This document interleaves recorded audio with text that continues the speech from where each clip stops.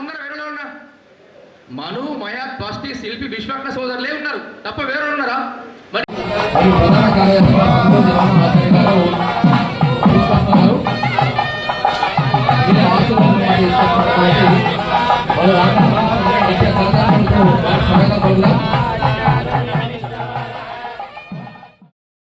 అట్టి కార్పొరేషన్ను గత ప్రభుత్వం విస్మరించింది. అట్టి కార్పొరేషన్ను తిరిగి ప్రారంభించాలన్నటువంటి ఒక సంకల్పంతో మన రాష్ట్ర నాయకులు ఇచ్చినటువంటి పిలుపు మేరకు ఈరోజు మన గౌరవ ఎమ్మెల్సీ గారి ద్వారా గౌరవ ముఖ్యమంత్రికి మన యొక్క వినతి పత్రాన్ని పంపించడానికి ఇవాళ మన ఆత్మీయులైనటువంటి ఎమ్మెల్సీ జీవన్రెడ్డి గారిని మన ఆత్మీయ సమ్మేళనానికి ఆహ్వానించుకోవడం జరిగింది.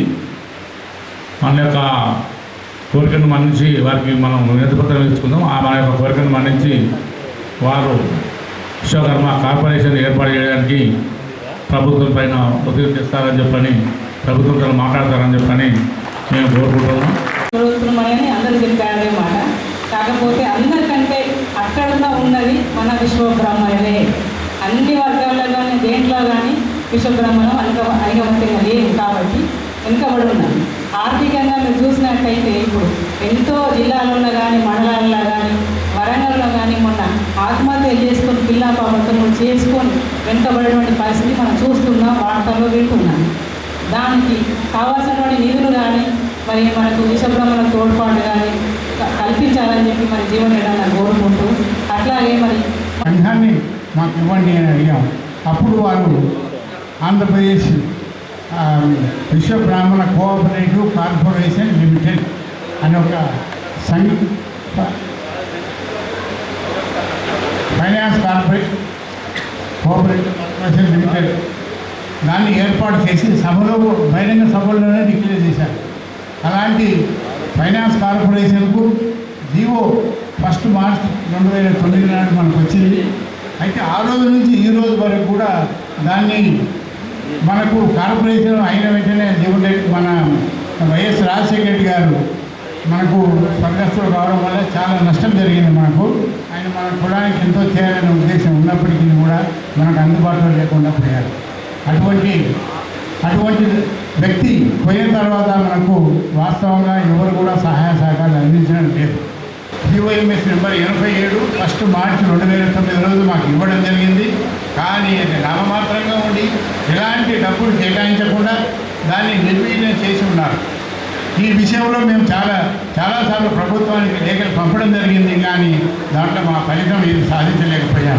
కనుక ముఖ్యంగా మాకు వచ్చేసి ఈ కార్పొరేషన్కు ఒక పాలక మండలి లాంటి ఏర్పాటు చేసి దానికి అవసరమైనటువంటి 1000 కోట్ల రూపాయలు మాకు ఇంతకుముందు 2500 కోట్లు రిలీజ్ చేస్తామని అన్నారు గత ముఖ్యమంత్రి గారు 3 సభల్లో. కానీ ఒక పైసా కూడా రాలేదు మనకు. మనం అందరం కూడా అట్లా ఏడుస్తూనే ఉన్నాం. కనుక ఇప్పుడు మాకు ఈ కార్పొరేషన్కు పాలక మండలిని వేసి బైలా ప్రకారం అందులో అధికార అనధికారులు అంతా ఉన్నారు. ఆ పాలక మండలిని ఏర్పాటు చేసి దానికి కనీసం ఒక 1000 కోట్ల ధనాన్ని మీరు కేటాయిస్తే దాన్ని మేము గ్రామీణ ప్రాంతాల, ముఖ్యంగా పట్టణ ప్రాంతాల కన్నా గ్రామీణ ప్రాంతాల్లో ఉన్నటువంటి మా విశ్వకర్మీలు ఆడబిడ్డలు కానీ మగవాళ్ళు కానీ అందరికీ కూడా ఆర్థిక సాయం చేసి మా వాళ్ళు పైకి తెచ్చి మీ మేలు ఎప్పటికి కూడా మరవలేమని తెలియజేసుకుంటూ ఈ అవకాశం ఇచ్చిన పెద్దలకు మరొకసారి. మరి ఒక నియంత పాలన జరిగింది 10 సంవత్సరాలు. 10 సంవత్సరాల్లో మన సమస్యలు చెప్పుకోవడానికి మన సిరికొండ మధుసూదనాచారి గారు మరి స్పీకర్గా ఉన్నా సరే మరి ఆ ముఖ్యమంత్రిని, అప్పుడున్న ముఖ్యమంత్రిని కలవడానికి వీల్లేని పరిస్థితి ఏర్పడ్డది మనకు. ఎంతో ప్రయత్నాలు చేసినా సరే ఆ రిప్రజెంటేషన్స్ ఏమి ఇచ్చినా అంతవరకు పోయినాయో పోలేదో 100 రిప్రజెంటేషన్స్ మన బాధలు చెప్పుకోవడానికి ఇచ్చాం మనం. అన్ని కుల సంఘాలకు ఇచ్చినట్టు మనకు 5 ఎకరాల భూమి ఇచ్చారు. జనాభా ప్రాతిపదికన మనం 25 లక్షల మంది ఉన్నాం మన తెలంగాణలో. ప్రతి ఒక ఇనుముతోనే మొదట్లో చేసిన ఇనుము, ఒక రాయి నుండి, ఐరన్ ఓర్ నుండి ఇనుమును సేకరించి మరి అప్పుడు ఆయుధాలు, మరి ఎన్నో రకాల యంత్రాలు మనం తయారు చేసినాం. రానున్న కాలంలో అవన్నీ కూడా మన పేర్లు కూడా లేకుండా అయిపోయాయి. మరి బంగారం కూడా, మట్టిలోండి బంగారం సేకరించి బంగారం తయారు చేసింది ఎవరండి? వైడ్యూర్యాలు సేకరించింది ఎవరండి? మన విశ్వకర్మ. మరి ఇటువంటి వాళ్ళకి జీవనోపాధికి ఆత్మహత్యల కాడికి వచ్చిందండి మన పరిస్థితి. మరి మన అందరం కూడా సమస్యలు ఎప్పటికప్పుడు లోకల్లో పెద్దలు ఉన్నారు, పెద్దలకు మన సమస్యలను తెలుపుదాం. మన సంఘానికి తెలపాలి. ఏ సమస్య వచ్చినా జిల్లా సంఘం ఉంది, జిల్లా సంఘం నుండి వాళ్ళ నుంచి కాకపోతే రాష్ట్ర సంఘం ఉన్నదండి ఇక్కడ.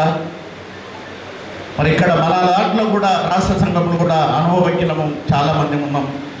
మరి మా నుంచి అయ్యేంత వరకు మేం చేస్తాము. ప్రభుత్వం నుండి ఏ సమస్యలైనా సామరస్యంగా మనం సాధించుకుందాం. మరి మీరందరూ కూడా కలిసి ఏదైనా మన సమస్య ఉన్నప్పుడు మీరు ఒక సామరస్యంగా మరి తెలిసే విధంగా ప్రయత్నాలు చేసుకోవాలి. ఏదైనా పోలీసుల వేధింపులు ఉన్నాయనుకోండి, అధ్యక్షుల వారికి చెప్పాలి. మరి అధ్యక్షుల వారు స్పందిస్తారు. మరి అధ్యక్షుల వారు వినని పక్షాన లోకల్లో ఉన్న మన ఎమ్మెల్సీ గారు పెద్దలు ఆయనకు తెలపండి. లేని పక్షాన మా రాష్ట్ర కమిటీకి తెలపండి. అది మన సమస్యలన్నీ మనం తీర్చుకుందాం. వీళ్ళన్నింటికీ ప్రధానమైనటువంటి దేశాన్ని పట్టడన్నం పెట్టే రైతాంగానికి వ్యవసాయం ఆరంభం ఏదైతుందో మన విశ్వకర్మ వర్గీయులైనటువంటి గోడ్రంగి కమ్మరి వార్తలు ఆరంభం అవుతాయి చెప్పండి. నాకు చిన్నప్పుడు నాకు ఇప్పటికి గుర్తుందే, వీళ్ళ పునాస ఆరంభం అవుతుందని చెప్పంటే రైతు ముందు గుర్తుకొచ్చేది వడ్రంగి కమ్మరి చెప్పంటారు. వ్యవసాయం లేదు, రైతాంగం లేదు అని చెప్పంటారు. అంటే హిందూ సాంప్రదాయంలో ఏదైతుందో ఇవాటికి జ్యువెలరీ షాప్స్ ఎన్నో వచ్చినాయి అమ్మ. జ్యువెలరీ షాప్స్ ఎన్ని వచ్చినా కానీ ఏదైతుందో మన హైందవ సాంప్రదాయానికి అనుగుణంగా పుస్తలు మట్టెలు మరి స్వయంగా మా విశ్వకర్మ వర్గీయులు స్వర్ణకారులతో చేసుకుంటేనే కానీ ఆ నిండుదనం వస్తుంది అనే ఒక భావనతోని మరి వాళ్ళతో చెప్పుకోవద్దు చెప్పండి. కాళ్ళకు మట్టెలు చూస్తే గమనిస్తామని చెప్పంటున్నా. మట్టెలు పద్ధతితో ఒత్తిపించినా కానీ ఏదైతుందో పక్కన మా స్వర్ణగారు ఉండి సదా సూచనలు ఈ విధంగా వస్తున్నాయని ఇట్లా వస్తుందనే అది సరిగ్గా నిలుస్తుంది అని చెప్పారు. అదే స్వర్ణకారుల యొక్క ప్రాముఖ్యత ఇది ఎవరు కూడా కాదని కాదు. కానీ దేశం ఎంత పురోభివృద్ధి చెందుతుంటే, పారిశ్రామికంగా ఎంత ఆధునిక యుగంలోకి అభివృద్ధి చెందుతుంటే కులవృత్తులు ఏదైతుందో అంతరించకపోతుందని చెప్పి చెప్పక తప్పదని చెప్పండి. ఈ విధంగా ఈ GOMS నెంబర్ 85 పునరుద్ధరింపజేసేదానికి నాతో పార్టీలు నిర్వర్తిస్తా అని చెప్పి నేను సభాముఖం చేస్తాను. దాంతో విద్యుత్ రాయితీ కూడా ప్రధానమైన అంశం అని చెప్పంటున్నాయి. ప్రభుత్వ పరంగా అమలు చేయబట్టే సంక్షేమ కరం ఇవ్వాలి కానివ్వండి అని చెప్పంటున్నాయి. అన్నింట్లో మీ వాటా మీకు ఉంటుంది. వారు ఏదైతుందో వారి అనుభవంతో వల్ల కాంగ్రెస్ పార్టీ రేవంత్ రెడ్డి గారిని ఆశీర్వదించడానికి ఇంత దూరం రావడం నిజంగా మీ అదృష్టవంతం అని చెప్పండి.